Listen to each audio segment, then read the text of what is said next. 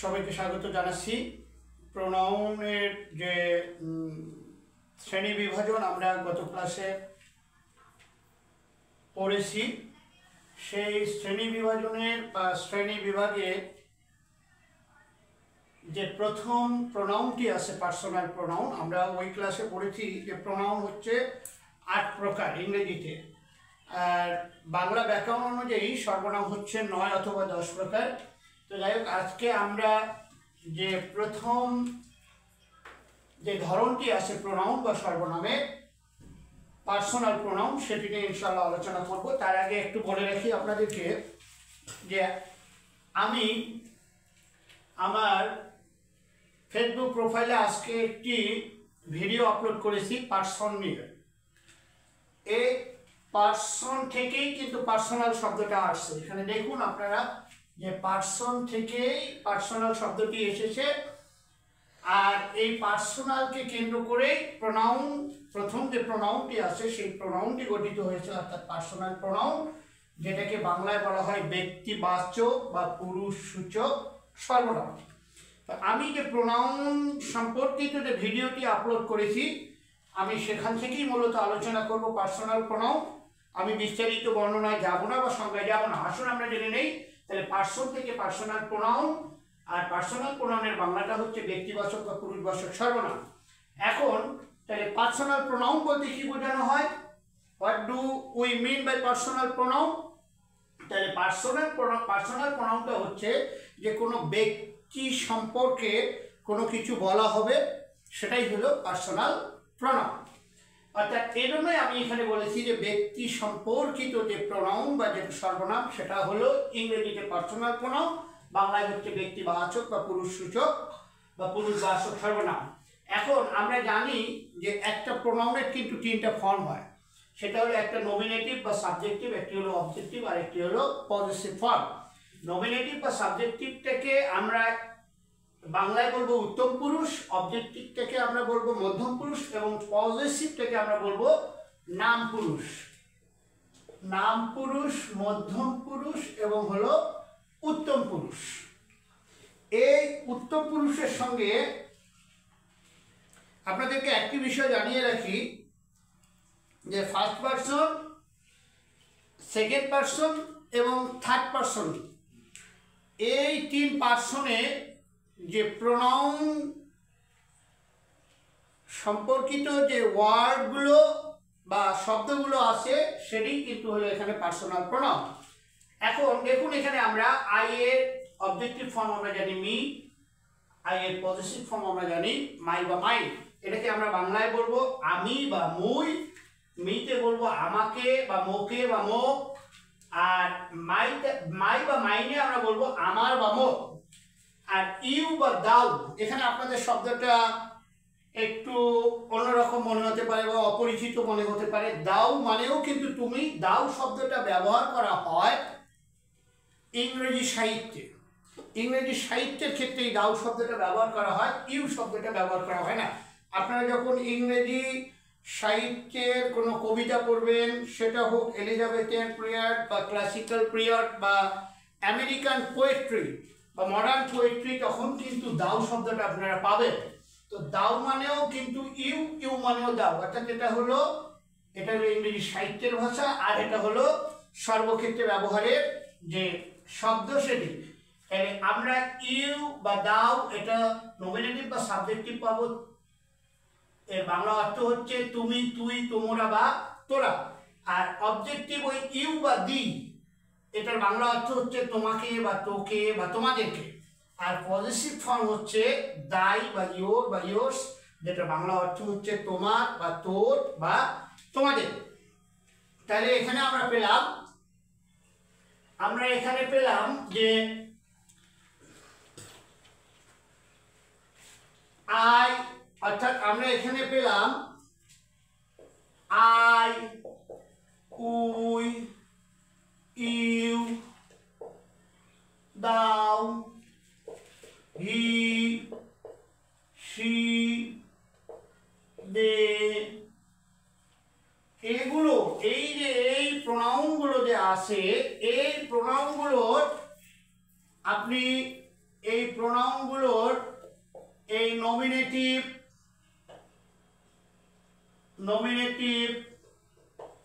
তারপরে objective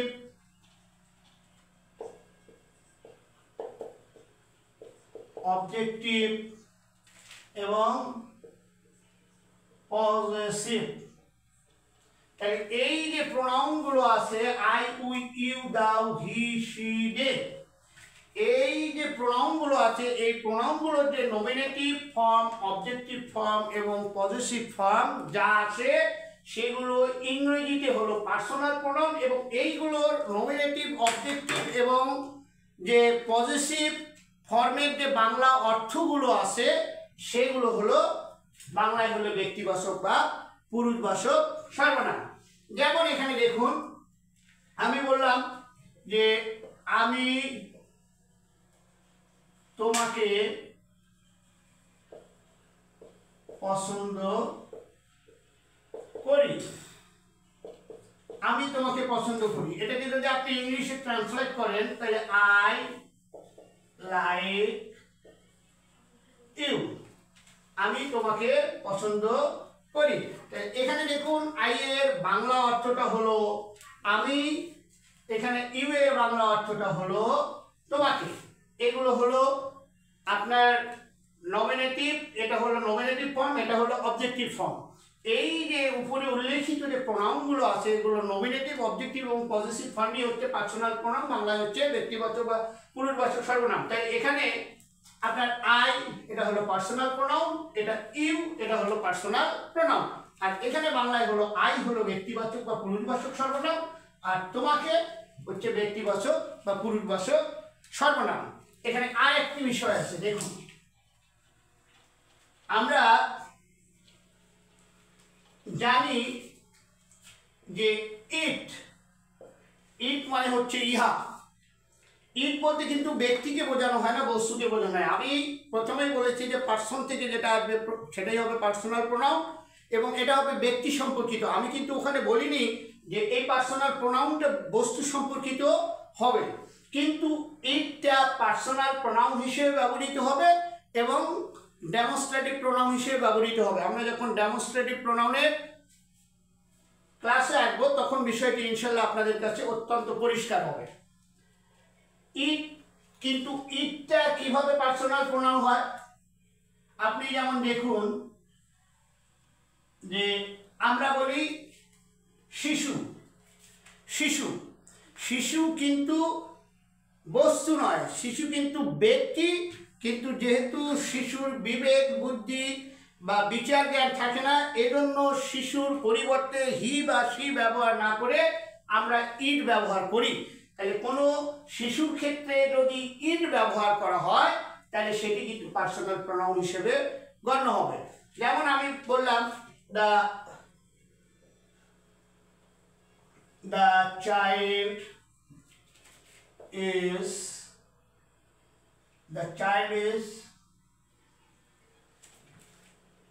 strong and it is playing with itself. দেখুন, the child is strong and it is playing with itself. শিশুরা সাধারণত নিজেদের সঙ্গেই খেলে, হাসছে, তারপরে হলো কান্না করে, ইত্যাদি ইত্যাদি। এখানে the child তার পরিবর্তে কি ব্যবহৃত হলো ইট। তাহলে এখানে শিশুর পরিবর্তে যদি ব্যবহৃত হয় ইট তাহলে সেটা হলো পার্সোনাল প্রোনাউন, এই বিষয়টি আপনাদের মাথায় রাখা লাগবে। যেমন আমরা আরেকটা উদাহরণে আসি, মনে করেন যে দরজা জানালা বন্ধ আছে, বাইরে দরজায় এসে কেউ নক করতেছে, তাহলে আপনি ইংরেজিতে কি প্রশ্ন করবেন?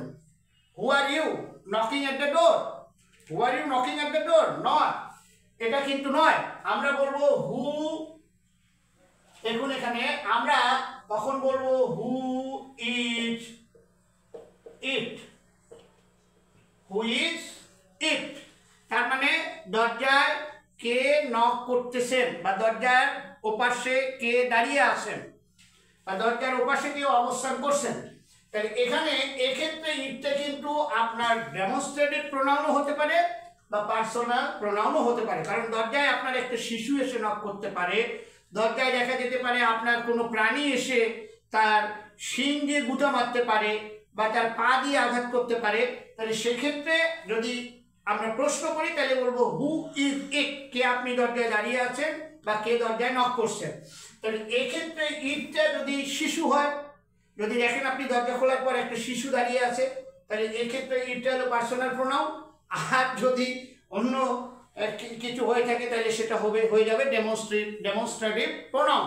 যেমন আমি বলতেছি, একটু আপনাদেরকে আরেকটু ক্লিয়ার করি। ডেমনস্ট্রেটিভ প্রোনাউন মানে নির্দেশক সর্বনাম, এটা বাংলায় দুই ভাগে ভাগ করা হয়, একটা হলো সামীপ্যবাচক আর একটা হলো দূরত্ববাচক।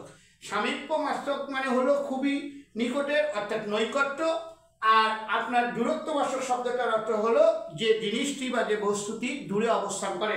যেমন আমি বললাম যে it is my pen, it is my pen, এই হয় আমার কলম, তার মানে কি এটা বস্তুকে নির্দেশ করলো এবং কাছে কোনো কিছুকে নির্দেশ করলো, তখন এটা হলো ডেমনস্ট্রেটিভ প্রোনাউন।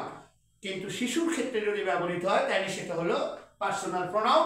আশা করি আপনারা পার্সোনাল প্রোনাউন সম্পর্কে বুঝতে পেরেছেন এবং ভবিষ্যতে আপনাদের কোনো সমস্যা হবে না বলে আমি বিশ্বাস করি। আপনারা সবাই ভালো থাকবেন, সুস্থ থাকবেন, এই শুভকামনায় আজকের ক্লাসের এখানেই ইতি টানছি। সবাইকে ধন্যবাদ।